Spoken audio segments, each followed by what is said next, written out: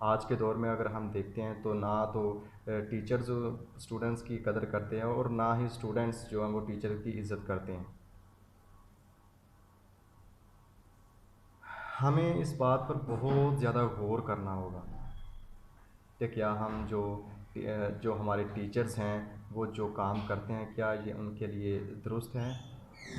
ایک اسٹوڈنٹس کے ساتھ شادی کرنا، یہ کیسے ہم مان سکتے ہیں کہ ایک ایک استاد اپنے ہی طالب علم سے شادی کر رہا ہے؟ بھئی میری تو یہ بات سمجھ میں نہیں آتی۔ ہاں اگر البتہ آپ کی بات سمجھ میں آتی ہے تو پلیز مجھے بھی سمجھانے کی کوشش کیجیے گا، اور مجھے آپ کیسے سمجھا سکتے ہیں مجھے آپ ایک کمنٹ کیجیے گا۔ آج کے استاد علم دیتے ہیں لیکن اپنے سے نہیں دیتے، جو انہوں نے پچھلے دور میں علم لیا ہوا ہے وہ نہیں دیتے، وہ صرف بچوں کو کتابی کیڑا بناتے ہیں، وہ صرف بچوں کو یہی علم دیتے ہیں کہ جی یہ کتاب میں یہ لکھا اور آپ نے اسی کو یاد کرنا ہے۔ کیا ہم نے اپنی زندگی میں آگے جا کر کتابوں کے ساتھ رہنا ہے، کتابوں کے ساتھ جینا ہے؟ ہم نے تو اپنی آگے زندگی میں لوگوں کے ساتھ رہنا ہے، ہم نے ان لوگوں کے ساتھ کیسے رہنا ہے، ہمارا رہن سہن کیسے ہوگا، ہمارا چال چلن کیسی ہوگی، یہ سارا کچھ جو ہے وہ یہ ایک استاد کے اوپر ہوتا ہے کہ وہ بچے کی باڈی لینگویج کو کیسے درست کرتا ہے، بچے کا اٹھنا بیٹھنا کیسے درست کرتا ہے، بچے کی گفتگو کا انداز کیسے درست کرتا ہے۔ لیکن آج کے جو اساتذہ کرام ہیں انہیں صرف پیسے سے غرض ہے۔ اگر ہم کسی پرائیویٹ اسکول میں چلے جائیں تو وہاں پر ہمیں ایک چیز بہت ہی واضح انداز میں دیکھنے کو ملتی ہے، اور وہ یہ ہے کہ difference between students, difference between rich and پور اسٹوڈنٹس۔ غریب طالب علم کی قدر اور ہوتی ہے، اور جو امیر طالب علم ہوتا ہے اس کے تو کیا ہی کہنے، اس کی تو موچیں ہوتی ہیں۔ ہمارے اساتذہ کرام نے یہ کب سے ان کے درمیان ڈفرینس کر دیا؟ حالانکہ باپ کی نظر میں سب بچے برابر ہوتے ہیں، سب بچوں کو ایک جیسا پہنایا جاتا ہے، ایک جیسا کھلایا جاتا ہے،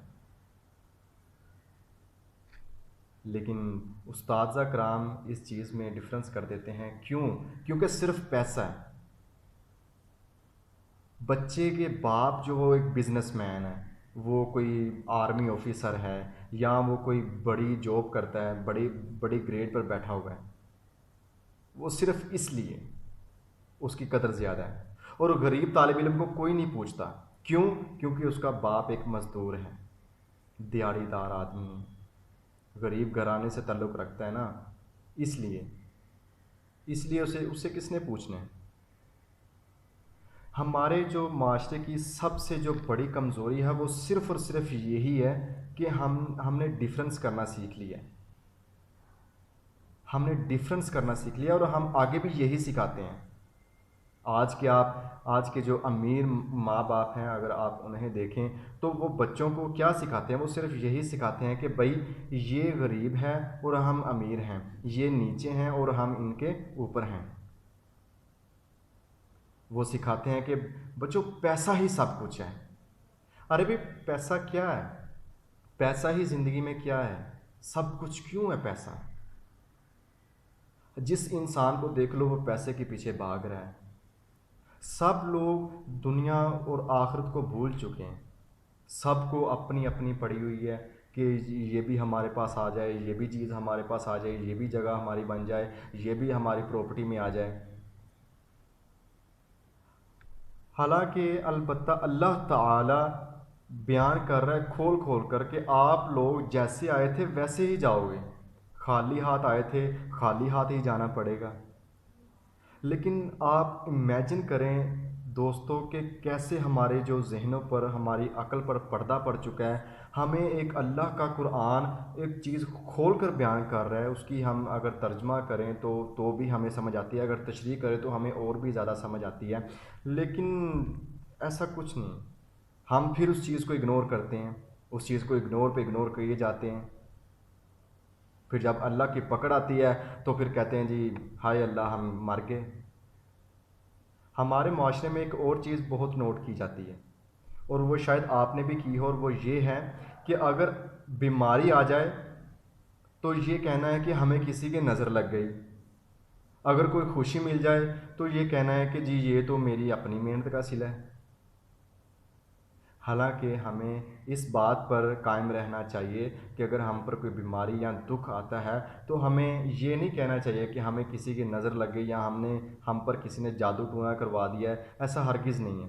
ہمیں یہ سمجھنا چاہیے کہ اللہ تعالیٰ کی طرف سے یہ کوئی آزمائش ہے، اور اللہ تعالیٰ اسی چیز کو تو دیکھتا ہے، اسی چیز کو اللہ تعالیٰ نوٹ کرتا ہے۔ بس جو اللہ تعالیٰ کے خاص بندے ہوتے ہیں، جن کے پاس ایمان کی طاقت ہوتی ہے، جو پرہیزگار ہوتے ہیں، نمازی ہوتے ہیں، وہی صرف اس بات کو جانتے ہیں۔ آج کے ہمارے جو استاد ہیں وہ بچوں کو سکھاتے کیا ہیں؟ How you earn money, how you earn money. وہ یہ سکھاتے نہیں کہ تہذیب کیا ہے، اخلاق کیا ہے۔ اگر ہمیں یہ چیزیں سیکھنے کو مل جائیں تو دوستو ہمارا ترقی کرنے کا جو آہستہ آہستہ قدم ہے وہ ایک دم سے بڑھے گا۔ سنتے ہیں، کہتے ہیں کہ جی ہر جو ریاست ہے اس میں نوجوانوں کا کردار بہت اہم ہوتا ہے، لیکن آج کل کے ہمارے جو نوجوان ہیں وہ کوئی جہاز بنا ہوا ہے، کوئی ایئرپورٹ بنا ہوا ہے، کوئی عاشق بنا ہوا ہے۔ یہ عاشقی مشوقی کیا ہے؟ یہ تو کچھ بھی نہیں، یہ تو ایک صرف دھوکہ ہے، دھوکہ جو آپ ایک دوسرے کو دے رہے ہو۔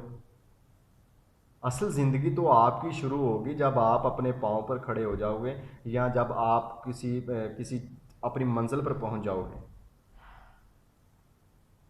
آج کل بچے پیدا ہوتے ہیں 14-15 سال کی عمر میں، دیکھیں جی وہ چیٹنگ کر رہا ہے، ہاں بھائی کس کے ساتھ لگے ہو؟ جی I have a girl friend, I am in love. لیکن یہ کیسے ہو سکتا ہے؟ ماں باپ اتنے ہی لاپرواہ ہو چکے ہیں۔ ماں باپ 20,000 کا موبائل تو بچے کو لے کے دے سکتے ہیں، لیکن کسی کے غریب بیٹے کو کوئی 100-50 دیتے وقت ان کے ریاکشن چیک کرنے والے ہوتے ہیں کہ ان کے ریاکشنز کیا ہوتے ہیں۔ میری تمام اساتذہ کرام سے یہ گزارش ہے کہ خدا را یہ جو تعلیم کا سسٹم ہے اسے بزنس مت بنائیے، اسے بزنس مت بنائیے۔ ہم جب سے ہم ہوش سنبھالتے ہیں ہمیں یہی سننے کو ملتا ہے جی پڑھو گے تو سب کچھ ہوگا، پڑھو گے تو سب کچھ ہوگا۔ ہم یہ کیوں نہیں کہتے کہ سیکھو گے تو سب کچھ ہوگا؟ سیکھنے سے سب کچھ ہوتا ہے نا۔ پڑھنے سے کیا، پڑھ لیا چھوڑ دیا بھول گیا، بس آگے کیا ہے؟ سیکھنے کی عادت ڈالنی چاہیے، سکھانے کی عادت ڈالنی چاہیے۔